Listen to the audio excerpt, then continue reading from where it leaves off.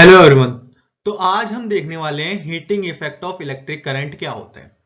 आप लोगों ने कई बार नोटिस किया होगा कि जैसे कोई बल्ब है, कोई बल्ब क्या कर रहा है, ग्लो कर रहा है। कोई बल्ब है एंड वो क्या कर रहा है, ग्लो कर रहा है। जब बल्ब ग्लो कर रहा होता है, अगर आप उसके पास में अपना हाथ लेके जाते हो, पहले जो आते थे ना 100 वाट वाले बल्ब, अब तो हम सीएफएल वगैरह यूज करते हैं। तो पहले जब बल्ब 100 वाट के जब बोलते थे तो हम उनके पास जब हाथ लेके जाते तो हम क्या फील करते थे, हम फील करते थे उनसे निकलती हुई हीट।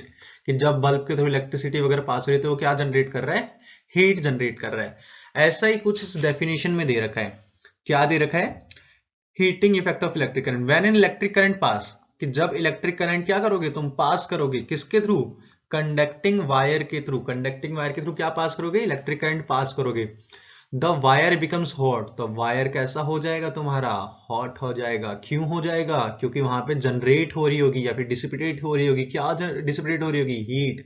या फिर कह सकता हूँ क्या जनरेट हो रही होगी, हीट जनरेट हो रही होगी। किसके अंदर, वायर के अंदर। इसी प्रोसेस को हम क्या कहते हैं, heating effect of electric current कहते हैं। इसी प्रोसेस को हम क्या कहते हैं, heating effect of electric current कहते हैं। मैं आपको डायग्राम के थ्रू और एक्सप्लेन कर देता हूँ इसको। कि लेट्स सपोज कि तुम्हारा कोई करंट कैरिंग वायर है। इसका अगर मैं क्रॉस सेक्शन एरिया बना लूं इस तरीके से, वायर का जूम करके मैंने क्रॉस सेक्शन एरिया बना लिया। इसको मैंने कनेक्ट कर रखा है V वोल्टेज से। तो जब मैं इसको V वोल्टेज अप्लाई करूंगा इस वायर के ऊपर, तो इस वायर के अंदर क्या होंगे, कुछ इलेक्ट्रॉन्स होंगे। क्या होंगे इस वायर के अंदर, इलेक्ट्रॉन्स होंगे। इन इलेक्ट्रॉन्स को क्या मिलेगी, इन इलेक्ट्रॉन्स को मिलेगी काइनेटिक एनर्जी। एंड जैसे ही इनको काइनेटिक एनर्जी मिलेगी, ये क्या हो जाएंगे, खुश हो जाएंगे एंड भागना शुरू कर देंगे। तो तुम्हारे ये क्या करेंगे, भागना शुरू कर देंगे।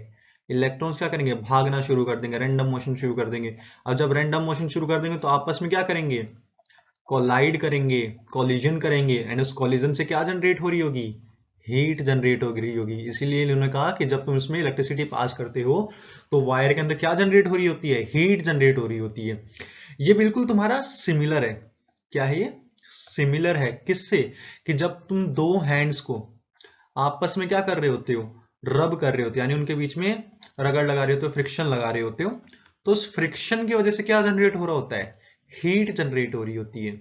हमने देखा है जूनियर क्लासेस में, यहाँ पे भी वो सेम केस अप्लाई हो रहा है। ठीक है, कि इनके कोलिजन से क्या हो रही है, हीट जनरेट हो रही है। इसी को हम क्या कहते हैं, कि इलेक्ट्रिक करंट का हीटिंग इफेक्ट। कि जब इलेक्ट्रिक करंट फ्लो कर रहा है उस करंट कैरिंग कंडक्टर से, तो वहां पे क्या जनरेट हो रही है, तुम्हारी हीट जनरेट हो रही है। इसके काफी सारे एप्लीकेशन हम देखेंगे आगे। तो अब देखते हैं यहां क्या लिखा है, the heat is generated in resistor और device when current flow through it. कि मान लो कि ये तुम्हारे यहाँ पे रजिस्टर है एंड जब तुम इससे करंट वगैरह पास करोगे, इलेक्ट्रॉन्स वगैरह जाएंगे, करंट यहां से यहां जाएगा, तो इस रेजिस्टेंस से क्या निकल रही होगी, हीट डेसिपिटेट हो रही होगी, हीट रिलीज आउट हो रही होगी बाहर की तरफ। ठीक है, when current flow through it. The real time example, इसके एग्जांपल्स क्या क्या हैं, जैसे तुम्हारा बल्ब, बल्ब कैसे ग्लो करता है, नाइक्रोम वायर वगैरह होते हैं, वो हीट करता है, हीट की वजह से वो ग्लो करता हुआ दिखाई देता है। कि current passes through it and जैसे ही करंट उससे थ्रू पास होता है वो गर्म हो जाता है एंड फिर गर्म होने की वजह से वो ग्लो भी करता है। और कहाँ कहाँ है इसकी एप्लीकेशन, इलेक्ट्रिक हीटर में है। कि भाई अभी सर्दियां पड़ रही है, हमारे पास इलेक्ट्रिक हीटर होते हैं, हम उसमें हाथ सेकते हैं, उसके काम आता है। ठीक है, heating effect of electric current. ठीक है, दूसरा गीजर में पानी गर्म करने का काम आता है, आयनिंग के काम आता है, प्रेस करने का काम आता है। ठीक है, कपड़ों के। चलो, अब मैं थोड़ा सा आपको इससे रिलेटेड फॉर्मूला एक्सप्लेन कर देता हूँ, डेरिवेशन एक्सप्लेन कर देता हूँ। तो लेट्स सपोज कि ये आपका कोई रेजिस्टेंस है आर, ये आपने कुछ वोल्टेज अप्लाई कर रखी है जो कितनी है, V वोल्टेज है। ये R रेजिस्टेंस है। अब आप जितनी भी, R रेजिस्टेंस काफी ज्यादा है, तो आप जितनी भी वोल्टेज अप्लाई कर रहे हो वो सारी किसके फॉर्म में निकल रही है, हीट के फॉर्म में रिलीज आउट हो रही है। हीट क्या हो रही है, डेसिपिटेट हो रही है, हीट बाहर निकल रही है। तो पहली बात तो यही है कि पोटेंशियल डिफरेंस या फिर ये जो वी वोल्टेज है, यानी पोटेंशियल डिफरेंस क्या होता है। तो पोटेंशियल डिफरेंस बोलते हैं ना, कि किसी भी पार्टिकल को या फिर चार्ज को एक पॉइंट से दूसरे पॉइंट पे ले जाने पे जितना आपको वर्क डन करना पड़ता है, उसी को तो हम क्या कहते हैं, पोटेंशियल डिफरेंस। तो V is equals to work done to move a unit positive charge. पहली इक्वेशन। क्या इससे मैं ये लिख सकता हूं कि W is equals to V into Q? बिल्कुल लिख सकता हूं। अब अगर मुझे पावर लिखना है तो पावर क्या होता है? Work done upon time. Basically power क्या होता है? Power is equals to work done upon time. तो यहां पे अगर मैं पावर लिखना चाहता हूं which is work done upon में टाइम, तो W को T से डिवाइड किया, ठीक है, आगे भी T से डिवाइड किया, V into Q upon T। तो वर्क डन अपॉन टाइम तो तुम्हारा हो गया भाई साहब पावर। क्या हो गया ये? पावर, P4 पावर, V का V रह गया, Q upon T rate of flow of charge is current, तो V इंटू आई। ये आपकी बन गई नई वाली इक्वेशन। क्या बन गई? नई इक्वेशन बन गई, V इंटू आई बन गई। अब क्या मैं यहाँ पे ओम्स लॉ लगा सकता हूं? ओम्स लॉ क्या होता है? ओम्स लॉ क्या कहता है भाई? ओम्स लॉ कहता है V is equals to I R. V is equals to I R, तो V की जगह क्या लिख दूंगा? आई आर लिख दूंगा। तो P is equals to V की जगह क्या लिखा मैंने? I R. एक और आई था, तो इक्वेशन क्या बन जाएगी? Power is equals to I square R. Power equals to I square R, ठीक है, power equals to I square R. यहां लिख लेते हैं हम इसको, यहां लिख लेते हैं अच्छे से, power equals to I square R. अभी भी हम मेन फॉर्मूला पे अभी तक निकले नहीं है, पहुंचे नहीं है, ठीक है। तो जो तुम यहाँ पे पावर अप्लाई कर रहे हो, पावर क्या होता है बेसिकली? वही पता है सबको, वर्क डन अपॉन टाइम। तो मैं क्या इसको ऐसे लिख सकता हूँ? Power into time is equal to work done. And work done क्या करना पड़ रहा है तुम्हें? वो करंट फ्लो करवाने के लिए, और वो किसके फॉर्म में निकल रहा है? हीट के फॉर्म में निकल रहा है। तो वर्क डन क्या है? बेसिकली एनर्जी है। तो यहाँ पे हीट, तो P इंटू टी तुम्हारी क्या हो जाएगी?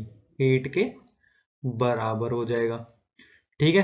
तो P इंटू टी क्या है? हीट। तो वो जो वर्क डन कर रहे हो सारे किसके फॉर्म में निकल रही है? हीट के फॉर्म में डिसिपेट हो रही है, क्योंकि तुमने रेजिस्टेंस ही ऐसा लगा रखा है, ठीक है, काफी हाई पावर का। तो अगर मैं यहाँ पे दोनों साइड T से मल्टीप्लाई करूं, कि मैं इस साइड भी T से मल्टीप्लाई कर दूं, इस साइड भी T से मल्टीप्लाई कर दूं, इस साइड जब T से मल्टीप्लाई करूंगा तो वो बन जाएगा मेरा H, वो बन जाएगा मेरा H। एंड यहां बन करूंगा तो ये बन जाएगा आई स्क्वायर आर टी। तो heat equals to I square R T. इसी को तो हम क्या कहते हैं? इसी को तो हम कहते हैं जूल्स लॉ ऑफ हीटिंग। क्या कहते हैं इसको? क्या जूल्स लॉ ही कहते हैं इसे? जूल्स लो, JOULES, जूल्स लो, ठीक है, थोड़ी टेक्निकल इश्यू आ गया था, ठीक है। तो H equals to I square R T, इसी को क्या कहते हैं? जूल्स लो कहते हैं। जूल्स लो में क्या आता है कि heat is directly proportional to the current का स्क्वायर। पहला point, heat is directly proportional to the resistance. दूसरा पॉइंट, तीसरा पॉइंट क्या है? Heat is directly proportional to the time. यही तो तुम्हारे जूल्स लो के कुछ खास पॉइंट थे जो तुम्हें लर्न करने बेसिकली। आई होप आपको ये समझ में आ गया। मैं फिर से देख लेता हूँ कि पोटेंशियल क्या होता है, कि तुम चार्ज कितना वर्क डन तुम्हें करना पड़ रहा है उस चार्ज को एक पॉइंट से दूसरे पॉइंट तक ले जाने की, उसको हम पोटेंशियल कहते हैं। अगर मैं Q को यहां भेज दूं तो V इंटू क्यू हो जाएगा, तो W is to V into Q. अगर मुझे पावर लिखना है तो पावर क्या होता है? Work done upon time. तो दोनों को अगर मैं T से डिवाइड कर दूं, ठीक है, दोनों जगह अगर T से डिवाइड कर दूं तो यहाँ पे तो W अपॉन टी क्या है? पावर आ गया। यहाँ पे V into Q upon T, Q upon T क्या होता है? करंट होता है ना, rate of flow of charge. Q क्या था तुम्हारा? बेसिकली चार्ज था। T क्या था तुम्हारा? टाइम था। यहाँ पे V क्या था? पोटेंशियल डिफरेंस था, पोटेंशियल डिफरेंस था। तो ये तुम्हारा आ गया P is equal to V into I. अब अगर मैं यहाँ पे ओम्स लॉ अप्लाई कर दूं, काफी इंपॉर्टेंट है ओम्स लॉ अप्लाई करना, तो V की जगह V is equal to I R होता है, तो V की जगह मैं क्या लिख सकता हूँ? आई आर लिख सकता हूँ। तो power is equal to I R into I, and I into I क्या हो जाएगा? आई स्क्वायर हो जाएगा इंटू आर, तो power equal to I square R. फिर क्या होता है? मैंने क्या कहा? पावर क्या होता है? वर्क डन अपॉन टाइम, ठीक है। एंड वर्क डन क्या है? जितना भी तुम वर्क डन कर रहे हो वो सारा किसके फॉर्म में जा रहा है? हीट के फॉर्म में लॉस हो रहा है। तो power into time equals to work done. किसकी फॉर्म में लॉस हो रहा है?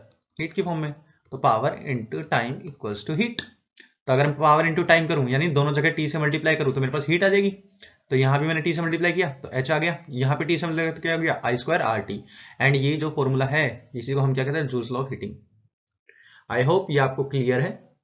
अगर आपका कुछ भी डाउट रहता है तो प्लीज कमेंट सेक्शन में बता दीजिए। Thank you for watching.